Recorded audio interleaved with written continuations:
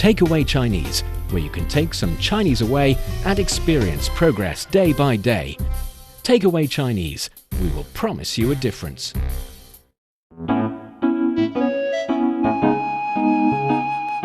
你好，欢迎收听随行汉语 Welcome to Takeaway Chinese. I'm Niu Honglin. Joining me today, Steve Hatherley. Hello, Steve. Hello, thanks for having me back once again.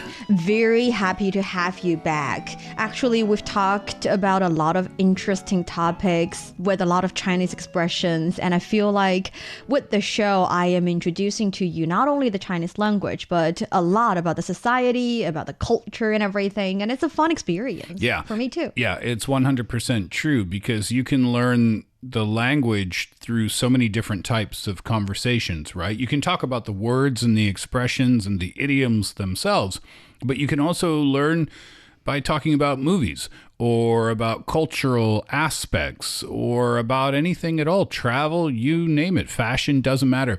We can have a lot of different styles of conversations and then learn the words that exist within the context of those conversations. Yes, definitely. And that is the beauty of opening up to a new culture, isn't it? It's not only about Chinese. Well, the show is about Chinese for sure, but actually it's the same with any other culture in the world. Once you take an interest into the specific, maybe sometimes even a subculture, a culture of a clan, a culture of a community, you need to open yourself up to all the objects and all the subjects and all the aspects. Yeah, and I think the advantage, and this is quite obvious, but I'll say it anyway, the advantage of being in the location of the language that you're learning, it's not imperative to learning the language because you can learn from another location, right? You can learn to speak English in China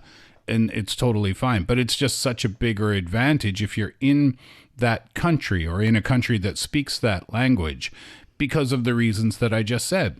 Because when you're here, not only do you get to use your ears and hear people speak it and have conversations, but you also get to experience it, right? And that just helps to ingrain what you've learned into your mind even more. Yes. I think. In the previous episode, we talked about traveling the country, especially to the destinations that you have long loved because of your favorite movie was made in that exact location. That was a perk, an advantage of living in the location with the culture you are interested in because you have been exposed to that for a while, and if you're in that exact country, you can actually find those places much easier. Yeah, exactly. And that's one of the points that I was making is that when you're here, then you get to eat the foods that you're talking about, and you get to see the movies that you're talking about and hear the music that you're talking about and all of that kind of stuff.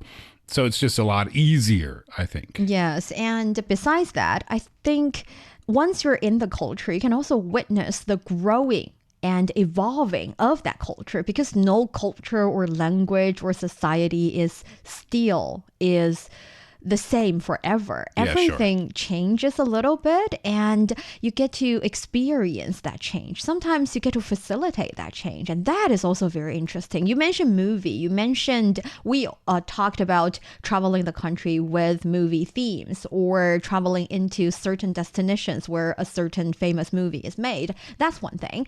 But when it comes to movie, a very new phenomenon, especially here in the Chinese society nowadays, is that things are kind of growing around movie. You know, in Chinese, we have this way of forming things. We call it something 加, so something plus. Okay. So previously it was internet plus, for example. So 互联网加, 互联网 being the internet, and 互联网加 is a word talking about internet plus things plus everything. And that was created in the beginning of the internet age. People started to realize with the help of the internet, they can do a lot of different things, and internet can enable different industries for new things.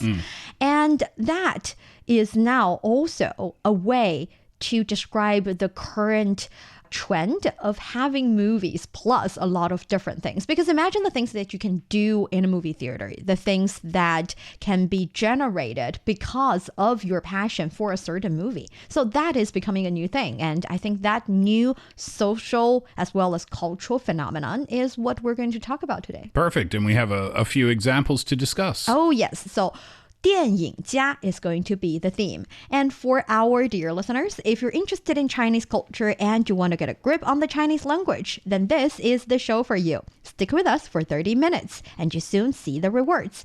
And for more fun Chinese learning, follow our Facebook page, Learn Chinese, to watch many fun videos and live streams. But now, let's provide you with some free Chinese for takeaway. In the previous episode, we've already provided you with the free Chinese of movie, 电影, 电影. the electric shadow. Yes. Electric, right. yeah, 电影. And in your opinion, what would be a perfect match with 电影? Because we're talking about 电影家. In my opinion, 电影 can 加 anything, so movie can plus anything. But in your opinion, what is the best match? It's something that I've never done before. And I don't even know if I've ever heard of anyone doing this. But the idea of putting up a film or a theater-sized screen in a park and just like a picnic kind of movie thing. So 电影 plus park, 电影 plus picnic. Yeah. So my imagination painted this picture of like picnic blankets on the ground with picnic baskets and some various snacks in there and beverages.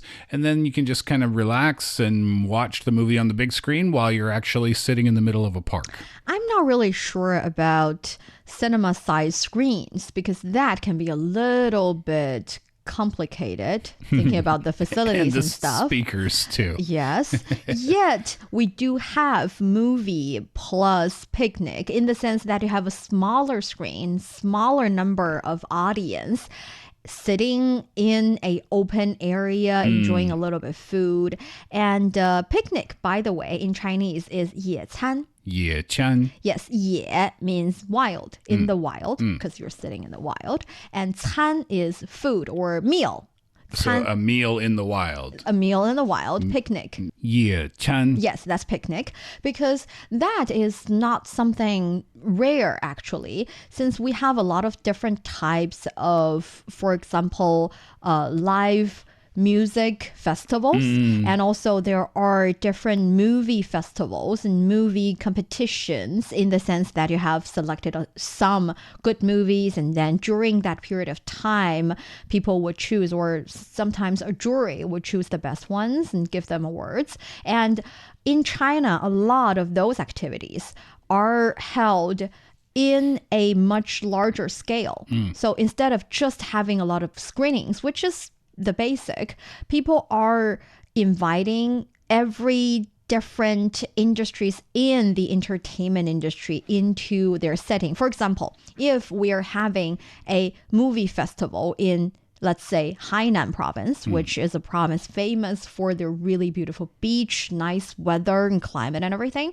actually in some of those festivals, on top of the movie screenings, you also have live music concerts. Oh, so it's more like an arts festival? It's art festival and it's picnic with different types of movies on those screens you talked about, and with definitely beer and other beverage, and sometimes with barbecue, themed barbecue. And of course, they will tell you which movies are on at which time so that you can bring your whole family or bring your romantic partner, significant other. So it's different. But yes, we do have that. Yeah, fun. I've heard of them having, I've heard of certain hotels having like movie beach combination. So they'll put a screen on the sand. Yes. Yeah. And usually I think, they'll show some, I don't know, romantic comedy or a film for the children or something like that. And that's a fun idea too. That's a fun idea. I think anytime you combine food and course, films. that is my choice actually. Yeah. Food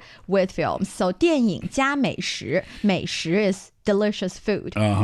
美食.美食. Yes. So 美 carries the meaning of beautiful. Or food is 食 is food. But putting together 美食 is a really, let's say, formal, not formal, but authentic way of saying good food, delicious food. Because I think there is another way of saying it that will be 好吃的, good eats. Yeah. But it's more colloquial, whereas 美食 is more formal? Relatively formal. 美食. So 电影加美食, that's for sure. Because, of course, you want a good snack, popcorn, soda, sometimes even French fries in a movie theater. Yeah, why not? By the way, how do you say French fries? Ooh, 薯条. 薯条. 薯. 薯. 条. 条. 条 means long object. Or it's not even long. It's more like thin, long and thin. So it can be little, but long and thin in shape. That is a 条. The bread, the morning bread. Yeah, 油条. 油条. Oil, thin, little, long, Right. whatever. Okay. And it can even be we call it a measure word in Chinese. So the most common measure word would definitely be 个, 一个, one object. And 条 is another very common measure word, and it means a long object of. So 一条, for example, 一条鱼, a fish. So fish are relatively considered a long, thin object, 一条鱼. Yeah. And also 一条裤子, so one long trousers. Makes sense. Makes sense. How do you say chopsticks? Oh no, chopsticks are 一双筷子, a pair of chopsticks. Because okay. does not appear by itself. Right. Yes. That's true. Well, it can. It's just way more difficult to use. It can, yes. So 薯条 would be French fries. 薯 is potato. Oh, okay. 马铃薯 potato. Okay, got it. 薯薯条条薯条. 薯条. Yes, and French fries, the idea of frying or fried, actually sometimes people will also say 炸薯条, fried a long stick of potato, but it's a little bit redundant in Chinese people's mind because we really don't call other long, thin object with the name 薯条. Because even, I think you might had the experience of having the fried, long, thin potato in the canteen. Yes. Yeah, but we call it 炒土豆. So 土豆 is more common as a name for potato. So French fries. 薯条 is really... 薯条, it's exclusive to French fries. Yes. That's good to know. And besides 薯条, we talked about popcorn being a very common movie theater food. Oh. 爆米花. 爆米花. This is a fun one because 爆 carries the meaning of explode. Okay. 米 actually is rice, but it can, in this sense, also mean the corn. And 花 is a flower. Exploding corn flour. Yes, because once there are actually the kind of popcorn, but not popcorn, but pop rice. Because if you think about the processing of making these snacks, you just put them in really high temperature and also high pressure until they pop. So 爆米花. 爆米花. Right. 爆米花. 爆米花. That's fun. Popcorn. And I think another really good one that I have only tried in my home instead of in a movie theater would be chicken wing. Chicken wings. Chicken wings at movie theaters? Not at movie theaters. I'm at home. Right. While I'm watching movie. Because I think chicken wings are really expectable in the sense that you know how to eat it without looking at it. You just grab it and you eat it and you do not get distracted. I can it. I can easily see chicken wings being a popular choice in a movie theater. Right? And French fries, but I've never seen French fries sold in a movie theater either. I think it's because for 爆米花 popcorn, even if the popcorn are not exactly that freshly made, like within 2 hours, it's still good. Right? Yeah, right. Yeah, with French fries, they'd have to be very fresh. Very fresh to be good. That's true. And also for most people, if you're having French fries, you want to dip it in ketchup, which is 番茄酱, by the way. 番茄酱. 番茄酱.番茄酱. Yes. And 番茄 being tomato, by the way, and 酱 is just sauce. If you want to dip your French fries in ketchup, you need to take a look at it. And you're in a movie Not theater. really. Well, if you know the general location of it. It works. But yeah, the point about the French fries being fresh, yeah, if they're not fresh, nobody wants to buy them. But I think there still is a balance. In my opinion, if the food is really, really that good, I can spare a little bit of attention for the food, even while I'm watching the movie. Yeah, but then we're not even thinking about the food preparation either. In a movie theater, they need to be able to grab things and just give it to you. Like the cola is very simple to give you. Popcorn's very simple to give you. If you need a person with a deep fryer in there making French fries and chicken wings, that's a lot more complicated. Yes. Yet, there are more choices. And I am talking about the kind of food that you get to enjoy now here in China in a movie theater. That requires a little more attention, but I think it's worth it. But it can be actually more than that. Do you know that in China, cinemas in China have started offering VIP dining experiences, allowing customers to enjoy hot pot? With films. Really? Yes, while they're watching movies, actually these venues would attract not only couples on dates, for sure, friends gathering together for a meal, but also parents bringing their children along, because these type of places would, well, they can be a tiny little bit more expensive than an ordinary movie, because, you have food and it's hot pot, but it's not that expensive at all. How much? Around 300 yuan. That's like $40 US. Yeah, roughly. Roughly. That's not bad, because you're getting the movie tickets with the food too, right? Yes. In my opinion, a delightful combination of delicious food and an immersive cinematic experience. Question. Do you eat the hot pot like outside in a different room and then go in to watch the movie? Or are you eating the hot pot while you're watching the movie? You're eating the hot pot while watching the movie. That's awesome. That's awesome. I've heard of other theaters where they'll combine like within the movie theater building, but not within the movie theater itself. Like just outside you would eat and then you'd walk in and enjoy your movie. So that was I always thought that was kind of like, yeah, okay, I get it. But how is that different from going to any restaurant and then going straight in to watch the movie? Unless what they're doing is to create certain themed food, and the theme is picked from movies. Oh, yeah.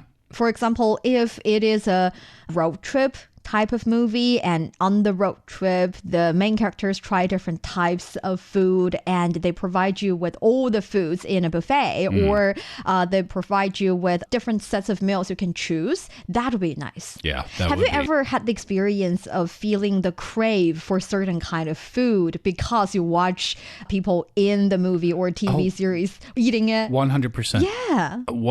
This is a little off topic, but what I've done so many times in the past is whenever I would go on a vacation, I would watch travel videos from the place that I was going to, but not travel videos like, the scenic spots. No, street food. And then I would order or try to make at home something as close to that thing as I could so that I could eat the food while they are eating the food. I don't know what's going on psychologically there, but it made me happy somehow. Yes. I have that too. So food plus movies is definitely a thing. Would you choose hot pot though? What do you think about the selection of hot pot? Because, here in China, you could select any number of things to eat. Do you think hot pot's a good match for a movie? For me, hot pot can be a little bit too demanding in the sense that you need to basically cook your own food before eating it. You have to select the ingredient or select the next ingredient you want to put in the hot pot. But if it is, for example, French fries, for example, some finger food, and also even Chinese food, traditional type or common type of Chinese food that I do not need to pay too much attention to, that would be even better for me. I think hot pot would match very well with horror movies. Why? Because it's spicy. So you get that adrenaline kick from the fear, but you also get the adrenaline kick from the spiciness. But it's got to be super spicy hot pot for a horror movie, though.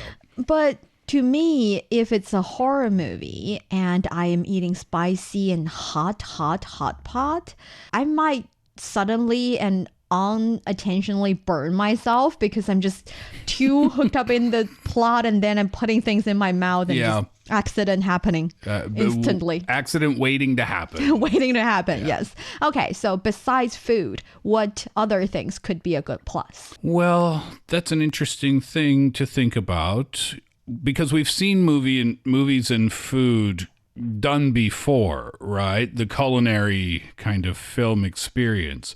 But I think another good thing to do with movies would be, and I don't know if this is a stretch or not, but more like, and maybe this is more about the interior, but like really, really, really comfortable things to lay down on while you're watching the film. I think here in China, you can find those too, because in some movie theaters, to start with, you, instead of a couch, if it's a couples hall, which means that all the seats are sold to couples, they have beds in it, so you can actually lie down on the beds.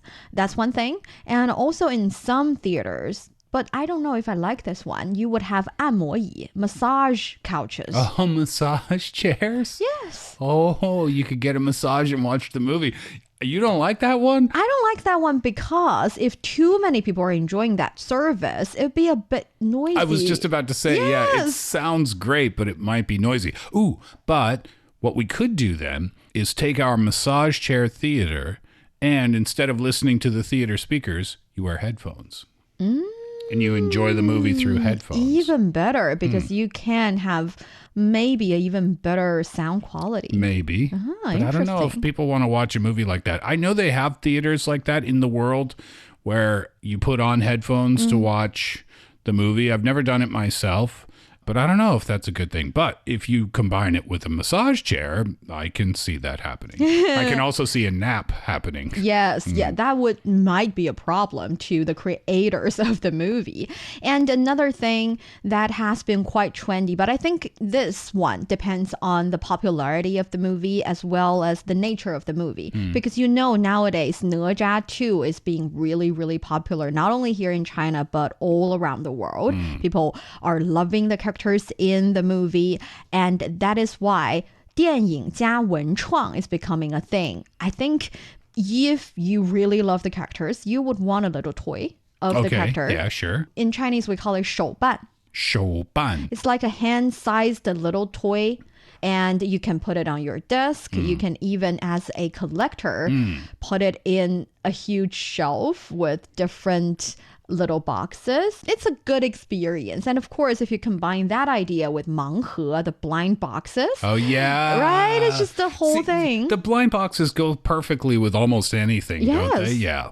And for example, in Hunan, central China, an officially licensed cultural and creative company, by the way, that is 文创, 文化创意, cultural and creative, 文创.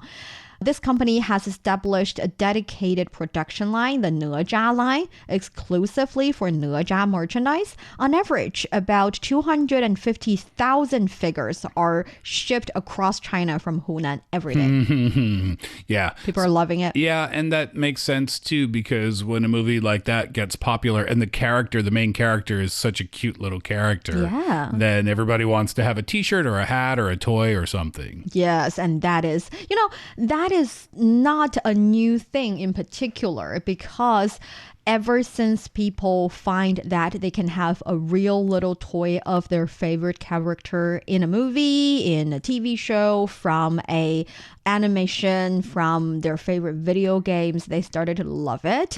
And they love it so much. The term 谷子经济, goods economy, emerged because of that. Yeah. Actually, 谷子 is a translation of the English word goods. You can hear the similarity. It's not even a translation. It's just a transliteration. Yeah. And it refers to the merchandise derived from copyrighted works in manga, anime, games, etc. And these products fully under the category of the ACGN, that's anime, comic, game, and novel merchandise, and include posters, badges, cards, and anything, plush toy, little toy, 手办, anything.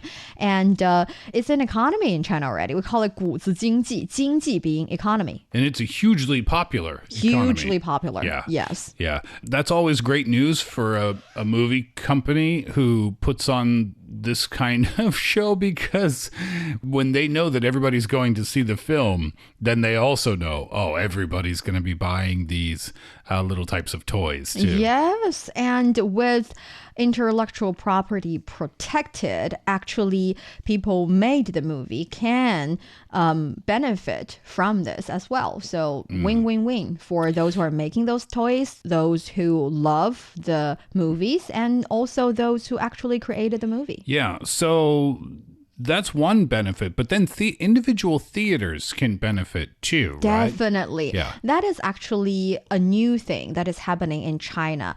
Instead of having movie theaters as movie theaters, or movie theaters built within a big shopping mall, which is quite common for sure, not only in China but around the world. We're doing another thing, and it's an ongoing process, yet I love it and I really want to experience the current ones. That is, some places have already taken the initiative of building everything around the movie theater. That is, on top of having a movie theater, you also have a food street. You then also have a karaoke places in the movie building. Yeah, like and video game arcade. rooms. Yes, an arcade and everything. And also sometimes it can be video games in the sense of a video game hall with also in that. So it's a integration of a little bit of everything. And let alone the kind of board games and also the escaping room games and the role-playing games. And the role-playing game definitely would be based on a certain screenplay, and the screenplay can relate to the movie you watch. Yeah. So it can be a whole very comprehensive experience. Instead of making the movie theater one aspect of a trip to a shopping mall, for example, you're making the movie theater the star, and then you're adding a little attractions in the immediate vicinity, like you said, arcade or food street or what have you. But the theater itself is still the star of the show. Yes, and you're building everything around the theater. Yeah.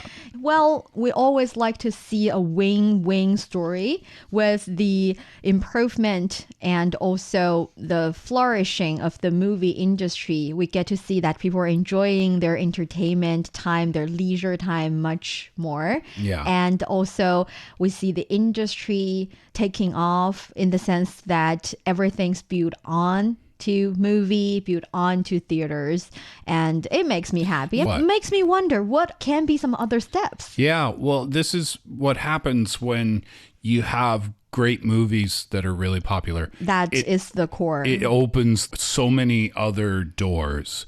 So that's the message to all theater industries all around the world, is just keep making great movies for us to watch, and we'll support them, and we'll support the businesses that come with the films as well. Yeah, and if I can go to a movie theater, enjoy my favorite movie, and then go to a restaurant in that movie theater building, eating the great dish featured in the movie. In the movie, yeah. And then move into a karaoke, singing the song, the theme, the song from the movie. Yeah. And then go to the next door, buying the toy of my favorite character in the movie. That would be a perfect one-day trip. Sounds like a fun afternoon. Yes. Yeah. So if that happens, please let me know where I can find it. And if I do find it someday, I will definitely introduce you to it here on Takeaway Chinese. Love it. And that brings us to the end of today's Takeaway Chinese. I'm Niu Honglin with Steve here in the studio. For more episodes of the show, you can visit our website at radio.cgtn.com and go to the column podcast.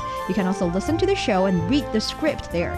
Find us wherever you listen to your favorite podcast. Just search for Takeaway Chinese. Don't forget to leave your questions, comments, and ratings. 感谢收听，我们下次再见，拜拜。Bye.